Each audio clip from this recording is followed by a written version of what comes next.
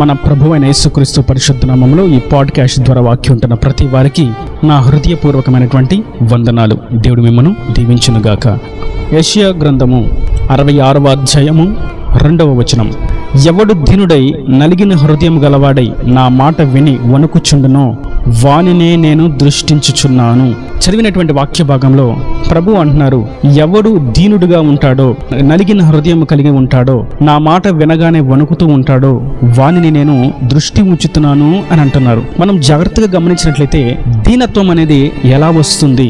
దీనులను ఆయన దర్శిస్తాడు, ఆయన సమాధానం ఇచ్చి రక్షిస్తాడు అన్న సంగతి మనకు అర్థమవుతుంది. అయితే దీనత్వం అనేది మనకు ఎలా లభిస్తుంది, దీనత్వాన్ని మనం ఎలా పొందుకోవాలి అని మనం చూసినట్లయితే కీర్తనల గ్రంథం 70వ కీర్తన 5వ చరణంలో చూస్తాము. నేను శ్రమల పాలై దీనుడనైతిని. దీనత్వం ఎలా వస్తుంది అంటే శ్రమల వలన.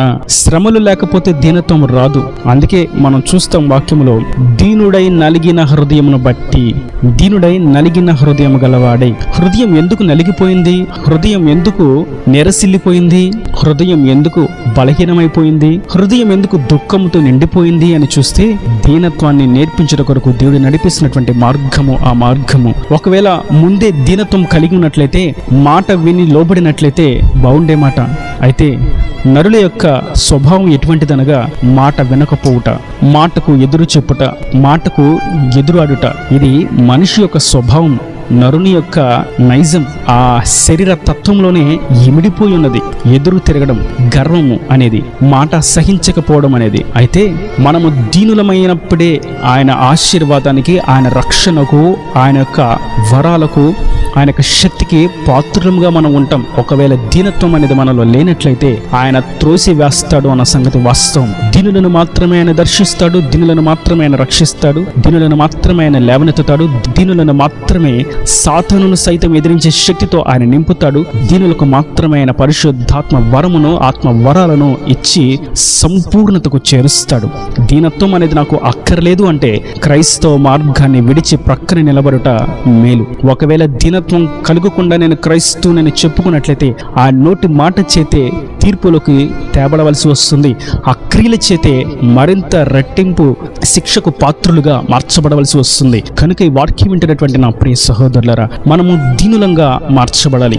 దీనత్వం లేని వారు దేవునికి అసహ్యులు, దేవునికి అస్సలు ఇష్టమే ఉండదు. ప్రభువును గూర్చి మనం చూస్తాం, క్రీస్తు శ్రమల వలన విధేయత నేర్చుకున్నాడు. అనగా మాటకు వెంటనే లోబడిపోవడం, వినిన వెంటనే చిత్తము ప్రభువా అని అనడం, ఆయన చెప్పిన మాటకి ఏమాత్రం ఎదురు చెప్పక మౌనం వహించి తల ఒగ్గి మెడ వంచి ఆయన చిత్తం నెరవేర్చడానికి, ఆయన చిత్తం కార్యరూపం దాల్చడానికి మనము అడుగు వేయడం, ఇది విధేయత.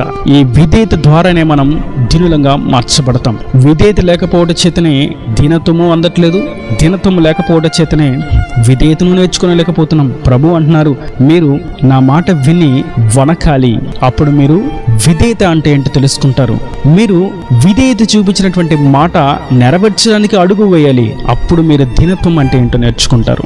నా ప్రియ సహోదరులారా, మనం మాటలు వినడానికి ఇష్టంగానే ఉంటాం. చక్కగా కూర్చొని అనుకూల వస్తువులు కలిగిన స్థలాలలో నిలబడో కూర్చోనో ఏదో విధంగా వినడానికి సిద్ధంగానే ఉంటాం. కానీ అది క్రియారూపకంలోకి తీసుకురావడానికే ఎంతో కష్టపడుతూ ఉంటాం. ప్రభు అంటున్నారు, మీరు దీనులైతే నా మాట విని వణుకుతారు, నా చిత్తం చేయడానికి అడుగు వేస్తారు. మీరు దీనులు కాకపోవట చేతయే మీరు ఆశీర్వాదాన్ని, దీనులను కూడా పొందుకోలేని వారుగా ఉన్నారు. మనం ఒక విషయాన్ని గమనించినట్లయితే ఎంతో ఆశ్చర్యమైనటువంటి సంగతి మనకు అర్థమవుతుంది.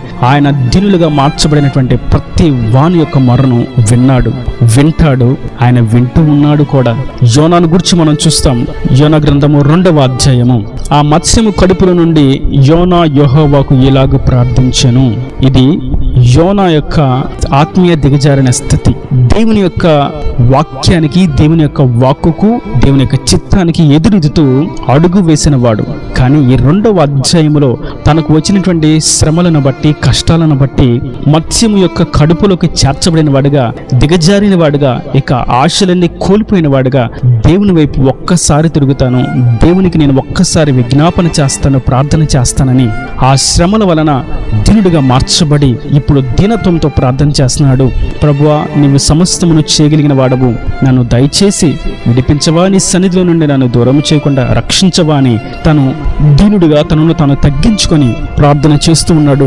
మనము ఆ అధ్యాయము చివర్లో చూసేసరికి దేవుడు ఆ మత్స్యమునకు ఆజ్ఞ ఇచ్చాడు. అంతలో యెహోవా మత్స్యమునకు ఆజ్ఞ ఇయ్యగా అది యోనాను నేల మీద కక్కివేశాను.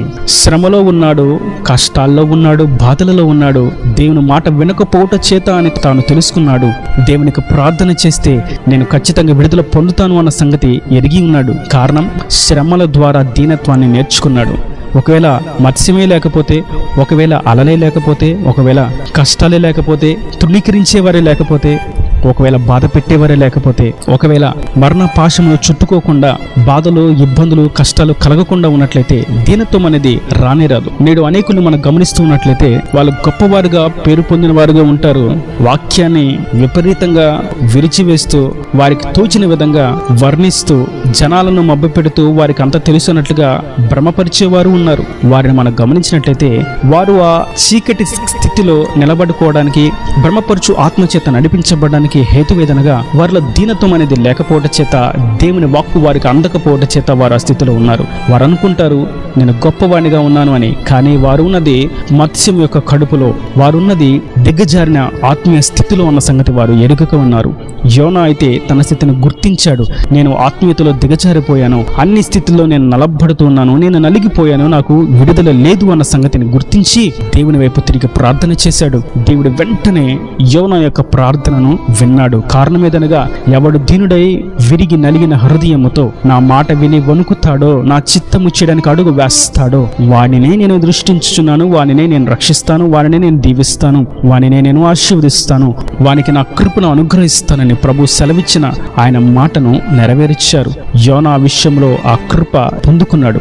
నేటి వాక్యం వింటున్నటువంటి నా ప్రియ సహోదరులారా, మనము శ్రమలలో ఉండగా, బాధలలో ఉండగా ఇవి మనకు ముగింపు కాదు, ఇవి మన జీవితానికి తుది కాదు అన్న సంగతిని మనం గుర్తించిన వారంగా, ఈ శ్రమల చేత, బాధల చేత, కష్టాల చేత, కన్నీళ్ల చేత మనము నేర్చుకోవలసినటువంటి దీనత్వమును నేర్చుకున్న వారంగా ఆయన వైపు తిరిగినట్లయితే నిశ్చయముగా ఆయన మనకు సమాధానం ఇస్తాడు. ఆయన మన కార్యాలను సఫలపరుస్తాడు. మరి దీనత్వం అంటే శ్రమల ద్వారా మనం దీనత్వం నేర్చుకుంటాం అని అర్థమవుతుంది. అసలు దీనత్వం అంటే ఏంటో తెలియకపోతే శ్రమల ద్వారా దీనత్వాన్ని ఏ విధంగా నేర్చుకోగలుగుతాం?